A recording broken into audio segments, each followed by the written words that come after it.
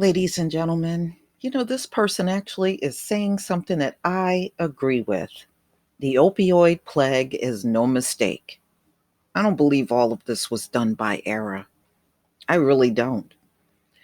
It is the result of complicity and greed. I can't say that I don't agree with that. Okay, so now in September of 2015, an employee of Rochester Drug Cooperative, one of the largest pharmaceutical distributors in the country, was preparing to review a report on the opioid drugs her company had sold to one of its pharmacy customers. Given the buzz in the office, she was stealing herself as she put in an email to see what evil lies within, referring to evidence that her company highly addictive products were falling into the wrong hands. Despite the report, the company allegedly did nothing to stop the illicit flow of drugs. The email contacts can be found within a criminal complaint against RDC filed in federal courts this week. And you can get a similar sense of dread as you read through the complaint. Given earlier revelations about the opioid plague, we knew there would be ugly allegations. Yet, the evil alleged in the document is still staggering, adding to an argument that the opioid plague was no mistake. Instead, it is the result of shocking complicity and greed. And that's true, because for every script that your doctor writes, he gets money for that. He or she gets money for that. They didn't care about the health of the people, they cared about filling their pockets. And the pharmaceutical company at one time said those drugs were not addictive. So that's why they were handing it out like candy. Not to us, of course.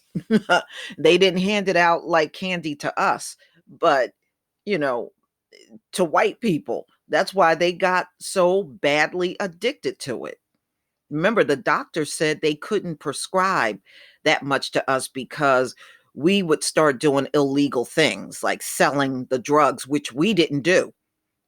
Okay. But they did it, but we did not. We didn't go out there selling them drugs. But that was the belief that if they gave too much to us, we would do things that were illegal. But look who's addicted today more than anyone else. So there you go. So the doctors actually did us a favor.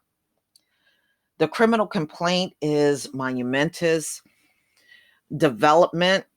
It offers the first chance to see an executive in the drug distribution industry go to prison for his role in our overdose crisis. Prosecutors charged a New York company and two of its executives with three crimes, including conspiracy to distribute controlled narcotics for non medical reasons.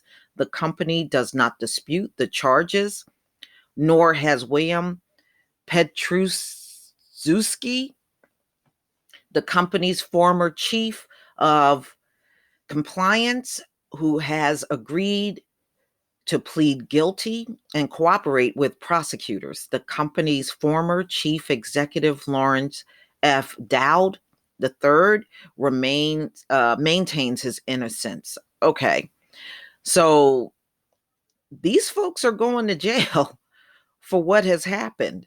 But this definitely is not the norm, y'all. You got to consider how many of these places did these falsifying of drugs, giving drugs out for non-medical reasons and getting people hooked on these drugs, and they're still not in jail and probably never will go to jail.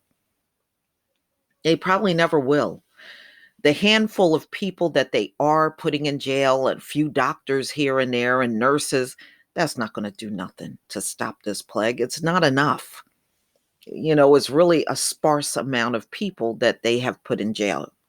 So how is that going to really make a difference out here? It's not. It's not. They're going to grab up a few people and try to hold them accountable. All right, so this Lawrence F. Dowd III maintains his innocence, and his lawyer told the Post that he will fight these false charges to his last breath. So this is one of many of these distribution centers that you will see in the near future getting sued, y'all. But it certainly will not stop the addiction that's going on out here at all. But please tell me what you think, ladies and gentlemen. Please leave your comment and subscribe. Don't forget to hit on the notification bell, and I'll see you on the next video. Peace, family.